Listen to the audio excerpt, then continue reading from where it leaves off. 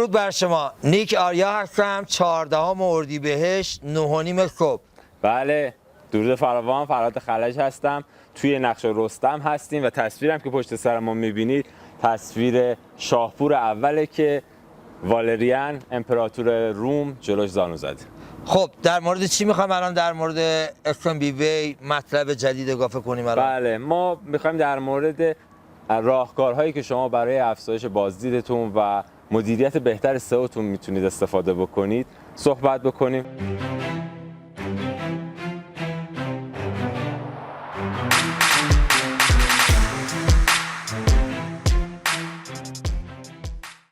نکته اول اینه که محتوا رو سعی کنید خودتون تولید کنید و کمتر از کپی کاری استفاده کنید.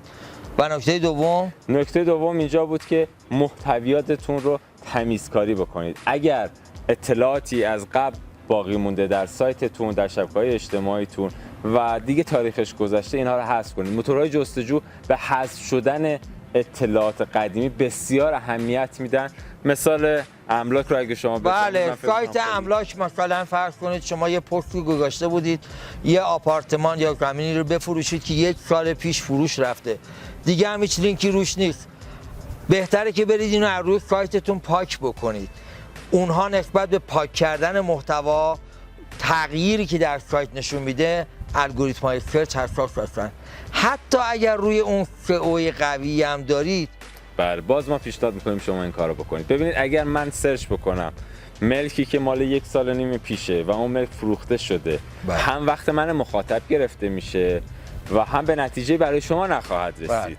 موتورهای جستجو این رو امروز بسیار هوشمندانه متوجه میشن. نکته بعدی استمرار در زمانهای متوالی هستش.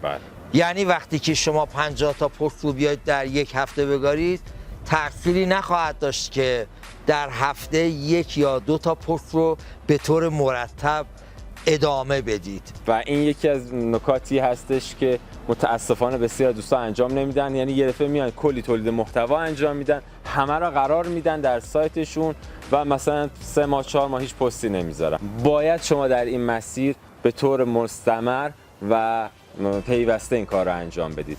نکته بعدی اینه که وقتی که پستی میگارید بتونید رفتار مخاطبتون رو نسبت به اون پست تحلیل بکنید.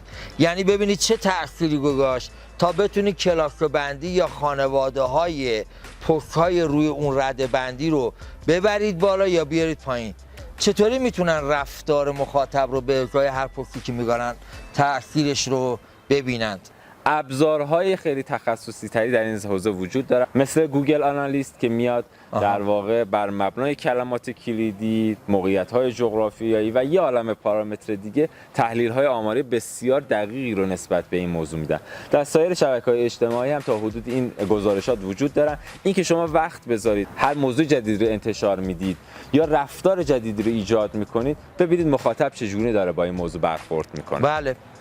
دیگه چه موردی رو الان می‌خوایم در رابطه با تقویت سئو بگیم؟ بله، نکته بعدی با توجه به که امروز گوشی‌های تلفن همراه بسیار دارن فراگیر میشن، موتورهای جستجو خیلی اهمیت میدن که شما اولا سایتتون به لحاظ ساختاری اصطلاحاً ریسپانسیو باشن. یعنی روی اون گوشی تلفن همراه درست نمایش داده بشن.